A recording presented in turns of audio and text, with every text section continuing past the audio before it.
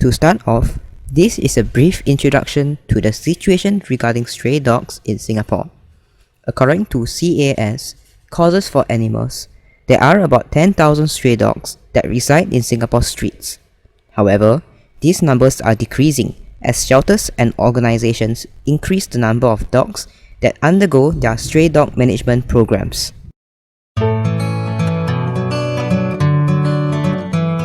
One management program is the Trap Neuter Release Management.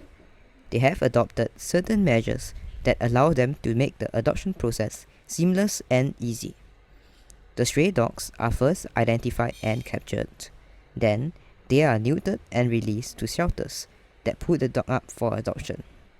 Owners would only need to pay for the adoption fees, and NParks will handle all the costs regarding sterilization and vaccination for the dogs. Another adoption scheme that has been implemented by NParks is Project Adore, which stands for the Adoption and Rehoming of Dogs in HDB Flats. This is a useful scheme as most of Singapore's population lives in HDB flats. Willing adoptees will have to undergo a mandatory obedience training session to ensure their dogs would not disturb neighbors. Adoptees would also be provided with support through adoption counselors to help adoptees get used to their new companions. It also allows for the adoption of retired sniffer dogs and is well received by the public, as these had already been trained before, making them loyal companions. Additionally, NParks has published a handbook on the various ways to feed stray dogs responsibly.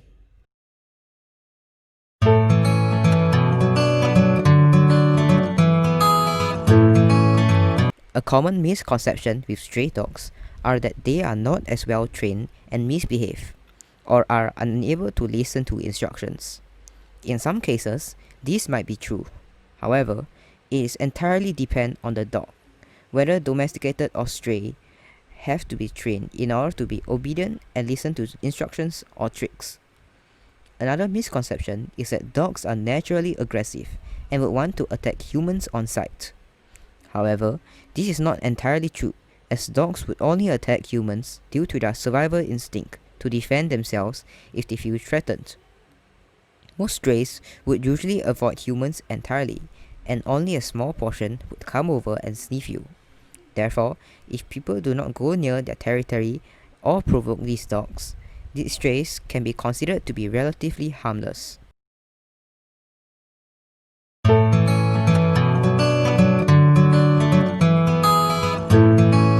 Adopting a dog brings responsibility, as the owner has to take care of the dog's needs, their living conditions, and many other aspects. For example, regular vaccinations or health checkups, providing food and meals for the dogs, or cleaning up after the dogs. All these actions of taking care and watching after the dog will instill a sense of responsibility. Adopting a dog also gives the dog a second chance to live and roam around freely. This means the dog will be able to live outside a cage or shelter and enjoy the rest of his life with a companion. Furthermore, it opens up more space for future stray dogs to occupy the shelter, hence providing care for more dogs.